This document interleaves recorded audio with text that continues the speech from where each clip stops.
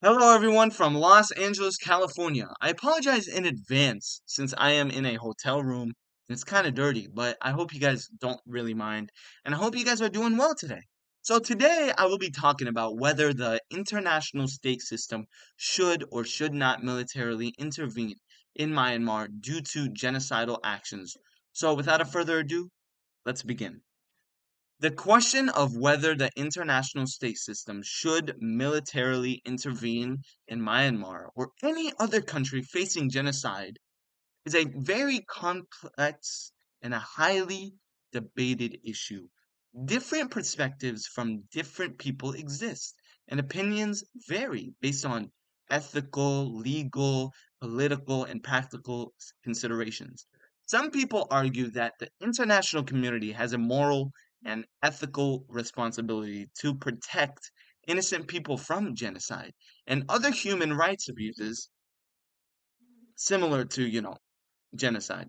The responsibility to protect, or the R2P for short, emphasizes the duty to intervene when a state fails to protect its own population. Military intervention may be seen as a step to prevent further mass atrocities and save lives. I believe that in the face of ongoing genocide, diplomatic and non military measures may be insufficient to stop the violence. I would also argue that under certain circumstances, intervention can be justified under international law, like when there is a clear threat to international peace and security. Critics of military intervention emphasize principles of national sovereignty and non interference in the internal affairs of sovereign states.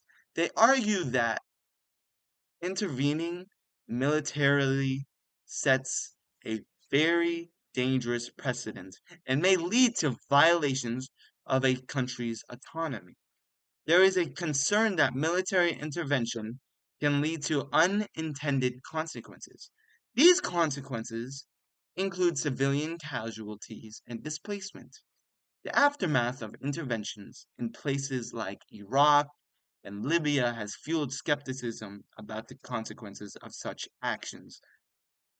The situation on the ground is often complex, and military intervention can and may not necessarily lead to a quick or peaceful resolution.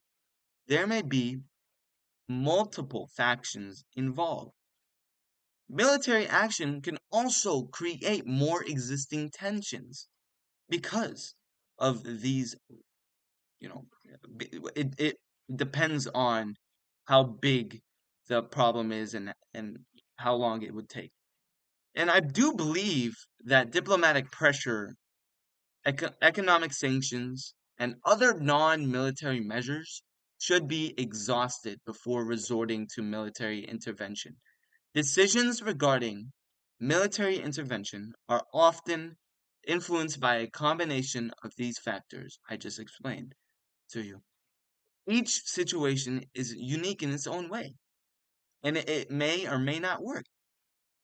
The international community may opt for a range of responses, from diplomatic pressure and sanctions to peacekeeping operations or even military intervention, but it is sort of rare. Ultimately, the decision to intervene militarily should be based on a careful assessment of the specific circumstances. This can weigh the potential benefits against the risks and consequences.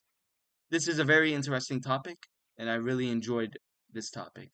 And I thank you for watching my video. I hope you have a great rest of your day, and have a great day.